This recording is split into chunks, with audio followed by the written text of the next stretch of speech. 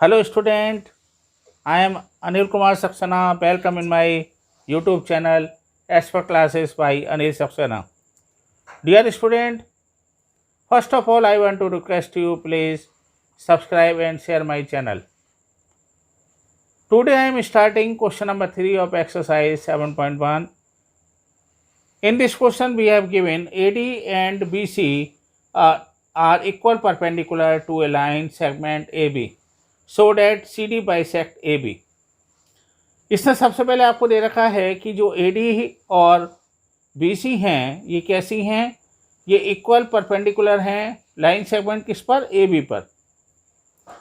ठीक है, so that CD bisect, CD जो बाइसेक्ट करता है AB को, ये CD जो लाइन है वो बाइसेक्ट करेगी AB को। इसको मतलब जब जो बाइसेक्ट करती है तो डेफिनेट सी बात है कि ये इसको दो इक्वल भागों में डिवाइड करेगी, और जब दो इक्वल भागों में डिवाइड करेगी तो जहाँ पर ये आपके ये दोनों जो एंगल होंगे ये 90 डिग्री होंगे। तो आप जैसे जानते हैं कि जो भी क्वेश्चन हम सॉल्व करेंगे वो 3 पॉइंट हमें ज़रूर लिखने हैं। व्हाट इज़ द गिवन, तो BC इक्वल टू इसमें दे रखा है आपको AD, ये हमें दे रखा है, और ये परपेंडिकुलर कौन सी लाइन है, परपेंडिकुलर लाइन है AB, तो ये हमने ले लिया angle A equal to angle B equal to 90, और जो लाइन सेगमेंट AB हो गया हमारा। और इसके बाद इसने ये भी दे रखा है हमें प्रूव करना है CD बाइसेक्ट करता है AB को। जब CD बाइसेक्ट करेगा AB को तो डेफिनेट सी बात है कि ये इसको दो इक्वल भागों में डिस्ट्रीब्यूट करेगा। तो सबसे पहले हम प्रूव करेंगे इसमें एंगल जो हमें इसने जो ट्रायंगल दे रखा है, ए ट्रायंगल दे रखा है, तो कौन सा हम ले लेते हैं इसमें AOD, तो AOD ले लिया हमने ट्रायंगल, और दूसरा हमने ले लिया BOC, दोनों ट्रायंगल ले लिए। इसमें अब यदि ध्यान से आप देखें तो angle A equal to angle B है हमारा, और जो दोनों किसके बराबर हैं, हमारे दोनों ही 90 के बराबर हैं, तो बोथ आर 90।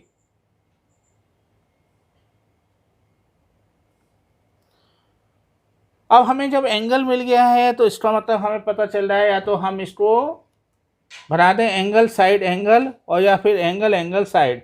दूसरा हम ले लेते हैं यहाँ पर जो हमारे ये वाला एंगल है, आप देख रहे हैं ये दोनों जो हैं हमारे वर्टिकल अपोजिट एंगल हैं, और जब वर्टिकल अपोजिट एंगल हैं तो इसका मतलब हम इसको ये लिख सकते हैं कि एंगल AOD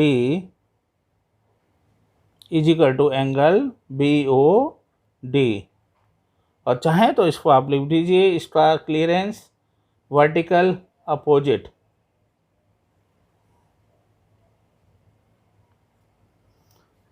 और अब इसका मतलब हमें A मिल गया, ये भी A मिल गया, तो हमें तीसरी चीज़ क्या प्रूव करनी चाहिए, हमें साइड और प्रूव करने हैं हम, और साइड हम यदि प्रूव करेंगे तो डेफिनेट सी बात है इसने हमें दे रखा है AD बराबर BC, ये हमें दे रखा है कि इसकी जो साइड हैं वो इक्वल है।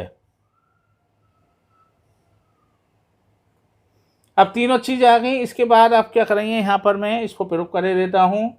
जब मुझे यहाँ पर मिल गया एंगल एंगल साइड, तो इसका मतलब ये ट्रायंगल कैसे हो गए, हमारे दोनों ही जो ट्रायंगल हो गए वो हो गया आपका कैसे इक्वल, तो AOD कॉन्ग्रुएंट हो गया एंगल BOC के, और कौन से रूल से होगा, AAS रूल से।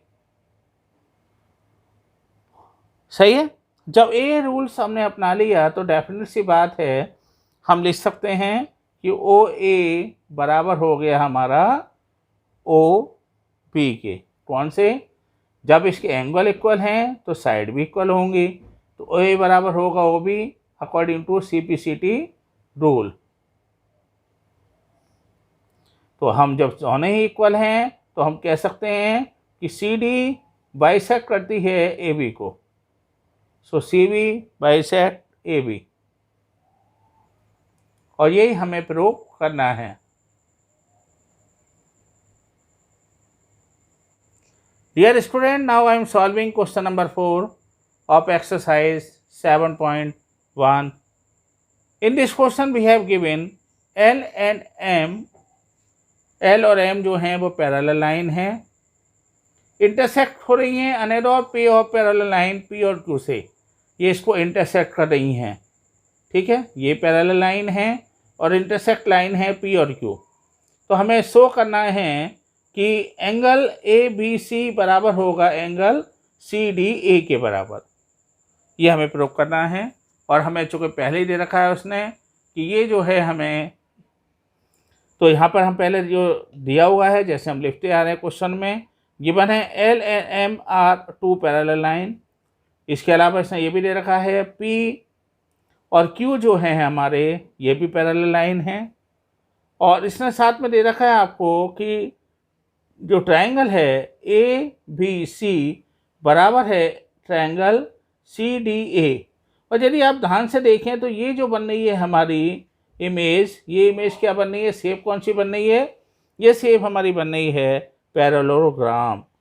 तो as A B C D is a parallelogram.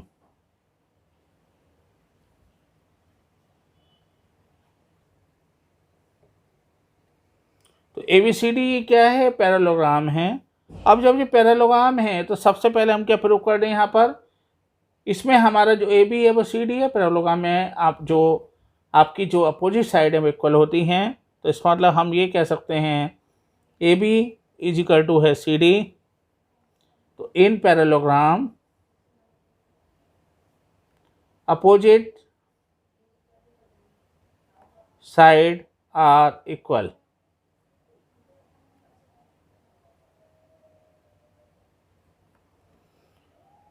मिल गया हमें एस। इसका बाद हमें क्या है, एंगल प्रूव कर रहे हैं हम। एंगल प्रूव करने के लिए हम ये भी जानते हैं कि पैरेललोग्राम अपोजिट एंगल भी इक्वल होते हैं।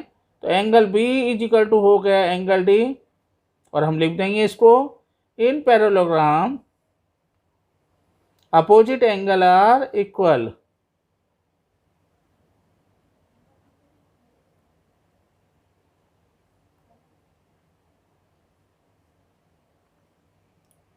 तो हमें साइड हो गया, एंगल हो गया। अब तीसरी चीज हम क्या प्रूव कर सकते हैं कि इसका मतलब जब ये ए बी बराबर है सी डी तो बी सी और ए डी भी इक्वल होंगे, क्योंकि ये भी क्या है पैरेललोग्राम की अपोजिट साइड है। तो B C is equal to कितना हो गया आपका, B C is equal to A D. और इसमें भी हम वही लिखेंगे in parallelogram opposite side are equal.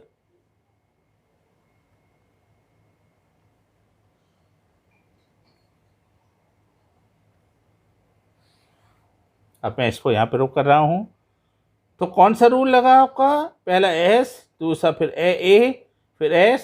तो इसका मतलब by S A S rule से, सही है, by S A S rule दोनों ट्रायंगल भी कैसे हो जाएंगे। इसका मतलब हमारे पास ए बी सी कॉन्ग्रेंट हो जाएगा एंगल सी डी ए, और यही हमें प्रूव करना है, हिंस प्रूव्ड। ओके, पहले मैंने आपको दोबारा से रिपीट कर रहा हूँ। सबसे पहले मैंने साइड को प्रूव किया कि ये साइड इस साइड के बराबर है, ये प्रूव कर दिया। फिर एंगल को प्रूव किया, ये एंगल मेरा इस एंगल के बराबर है, चूँकि अपोजिट साइड जो अपोजिट एंगल होते हैं वो इक्वल होते हैं पैरेललोग्राम में। और फिर ये वाली साइड भी मेरी इस साइड वाली साइड के बराबर है, ये मैंने प्रूव कर दिया। तो इसका मतलब मेरे हो गई साइड एंगल साइड। ये इस रूल से मैं कह सकता हूँ कि जो मेरे दोनों ट्रायंगल होंगे वो कॉन्ग्रेंट होंगे। Dear student, in my view आपको सारे कंसेप्ट क्लियर होंगे। यदि फिर भी कोई डाउट है तो आप मुझसे कमेंट में पूछ सकते हैं। बस मैं आपसे रिक्वेस्ट करता हूँ कि आप मेरे चैनल को ज़्यादा से ज़्यादा लाइक करें, शेयर करें, सब्सक्राइब करें and press bell icon. Bell icon में भी ऑल ऑप्शन को प्रेस करें, जिससे सारे नोटिफिकेशन आपको समय से मिल सकें। Thank you very much.